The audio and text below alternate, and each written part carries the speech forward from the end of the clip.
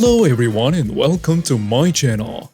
My name is Crown and today we are going to have some more stories that I hope that you will enjoy.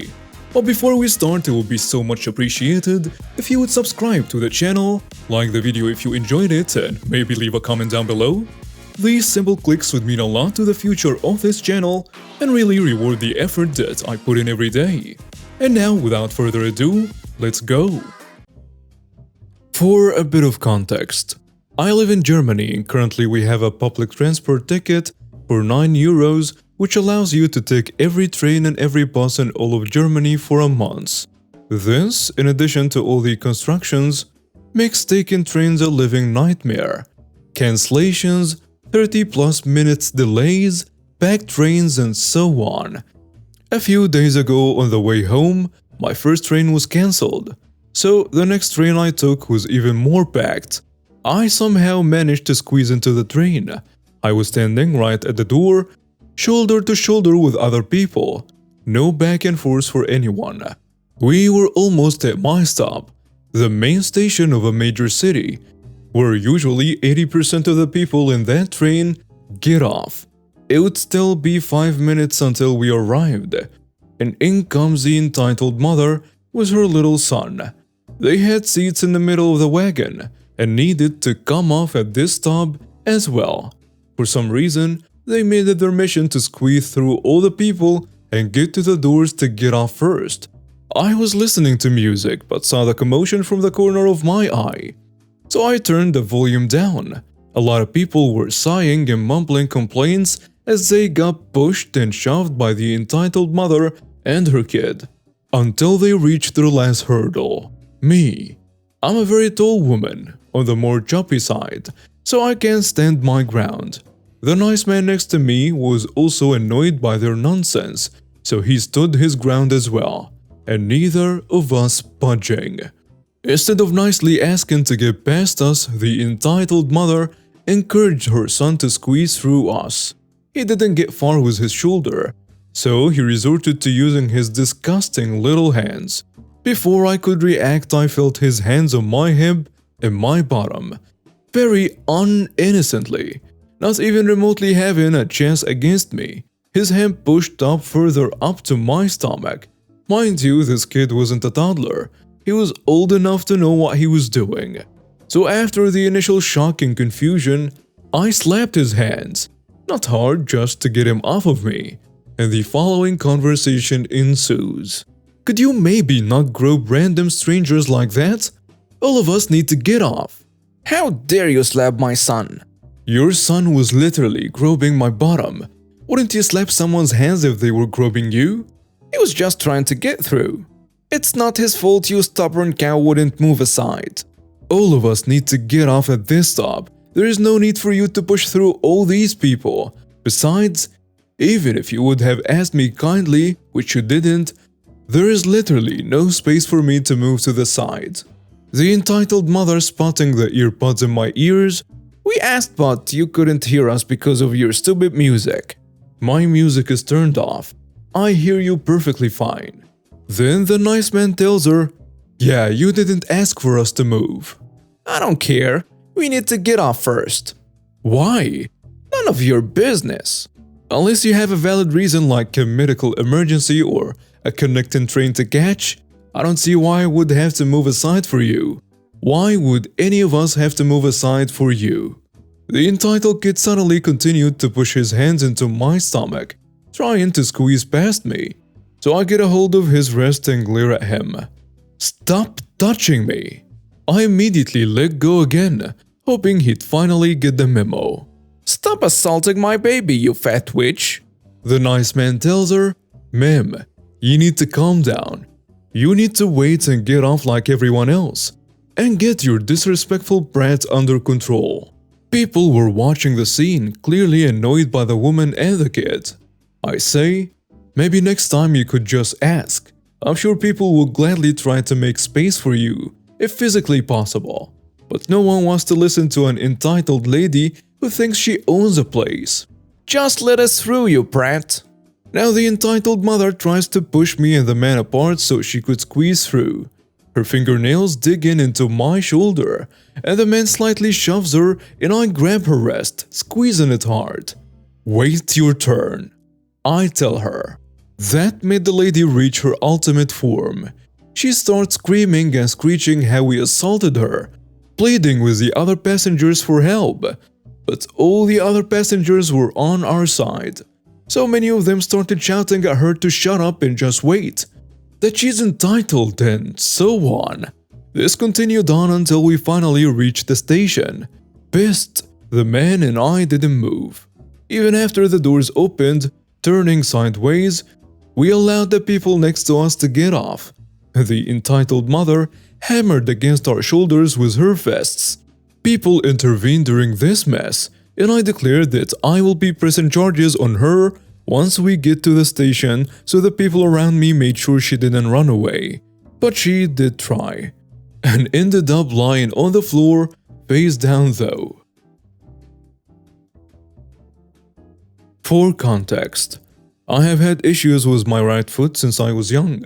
I fractured it one time and it just never correctly healed. I was never in and out of a boot. For people who don't know, it is a big chunky thing you put around your foot to heal it of a break or fracture. At the time, since I was only 10, I got one with a giraffe on it, and it was very cute. So my mom took me and my little brother, 6, to McDonald's, and while we were eating, she asked if we wanted to play at the playground there while she talked to her work friends. Me and my little brother happily agreed since we were young. Nothing can go wrong, right? We walked over to the playground and I sat down in a chair. I really wanted to play, but I couldn't because 1, I was in a boot, and 2, I was getting a little too big for it anyway. I feel my foot start to sting and pain for being in a boot for too long, and I thought that since I would be sitting down, I would be fine. I undid the velcro of the boot and carefully slid my foot out for a little bit. And that's when the entitled parent and the entitled kid walks in. They order their food and walk in the playground. After they started sitting down for a bit and eating, I noticed the entitled kid was starting to stare at my boot. I thought nothing of it, because who would? While they were eating, I heard the kid say something and get up. He slowly walked around for a bit, getting very close multiple times, and after circling me like a shark a couple of times, he runs over and snatches my boot from next to me and runs to his mom. I sat up but couldn't go after them because I was told I shouldn't walk unless I had the boot on. He proceeded to slid his foot into my boot and start messing up the velcro. He was pulling it so hard, I'm surprised it didn't break. I tell him, "Hey, can you please give me my boot back?" And the kid ignored me. The mom looked at him and she was nodding her head. I stood up and steadied myself on the tables. I hopped my way over to them and asked if the kid could give me the boot back. Excuse me? The mother tells me. I tell her, I asked if your son could please give me my boot back. My foot is fractured. She didn't even let me finish. She interrupted me. My son wanted to look at your boot. You should be fine without it for a few minutes. You don't look hurt. I stared at her in shock. Ma'am, I'm very sorry, but I needed to walk right now. She put her hand in front of my face and told me to stop whining. I started to get mad and I took the boot back from the kid, and he started to cry. Mommy, she took the boot I wanted. Give my son the boot back now. My mom overheard the yelling and ran over and asked if everything was okay. The kid was crying to his mom, saying he wanted the boot. I told my mom what happened and she started to tell the entitled parent that what her son did was wrong. And she started to yell at me and my mom. Give my son the boot back now. My mom tells her, I'm not going to give your son my child's boot. You need to teach him that not everything is his. She came at my mother with her hand in the air to hit her, but she missed with the wrong woman. My mom whipped her hand so fast and slapped her instead. The entitled parent was absolutely stunned. She grabbed her kid and stormed out screaming insults and cursing at us. In good news, My foot has been in good condition lately and has been healing nicely. I hope I never see that lady ever again.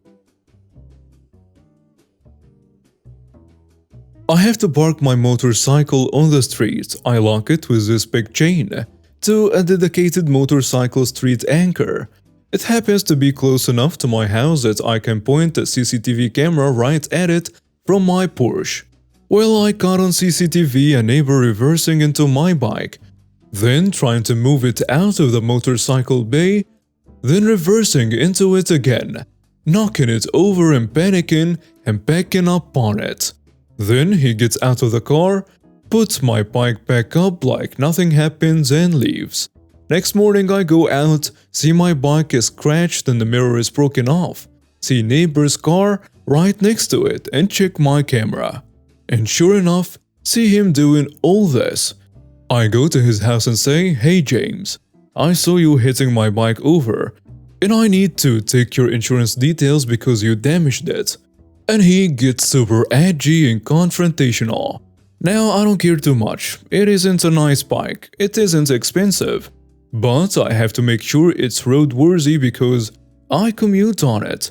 I tell him to calm down, which really sets him off. So I say, "Okay dude, I don't want to fall out over this, but it's on camera, it's a crime, and I will tell the police." And he gets super mad and starts threatening me and saying he's going to move his car and I have no evidence and motorcycles are for losers. And I got a bit dumb. I unlocked my bike and wrapped the chain carefully around his car wheel and locked it. Then went back to his house, after phoning the police to report it. Sheepishly he was all, No, okay, I will give you my insurance." Too late, you little jerk. Police already know. You haven't reported it and I didn't give them any of your contact details. So if he's too dumb, which he probably is, to call it into the police separately, he will be charged with failing to report a motor vehicle collision as well as damage and trying to hide the collision. When he calmed down, I did remove the lock and said I was silly to lock his car. We sorta shook and made up. I have not told him I have reported it to the police. I am hoping that means he will not report it and get in trouble. About 14 years ago, when Reliance Security provided security for Tesco stores, I also worked for Reliance but was based at the airport.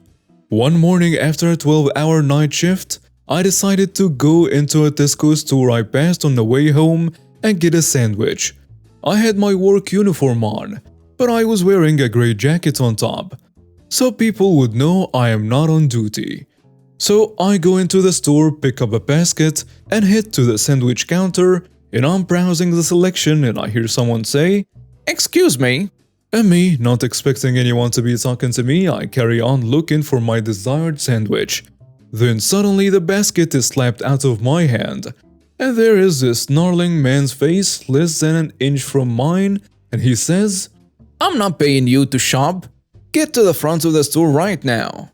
So I'm tired and very confused and can only muster the reply, "What?" He said, "I told you to get to front doors. We've been open for customers for the last 30 minutes and you've not been at your position once. And now I find you buying snacks?" That's when the penny dropped and I simply replied, "I know the store is open to customers. I'm one. I work for the same company who provides security, but I'm not your guard." With those words ringing in his ears, all the color in his face drained away when he realized what he had just done to a customer. Suddenly, he became completely apologetic and said if there was anything he could do for me, he would gladly help. I informed him I would like help carrying my basket around the store as I was tired from a long night shift, and he replied he would get someone to help me immediately. And I then told him I did not want someone else to carry my basket. I wanted him to carry it. So I originally only intended on buying a sandwich, but to teach this guy a lesson, I spent 30 minutes in the store and went in every single aisle. And now we have reached the end of today's stories. Thank you for watching and see you next time.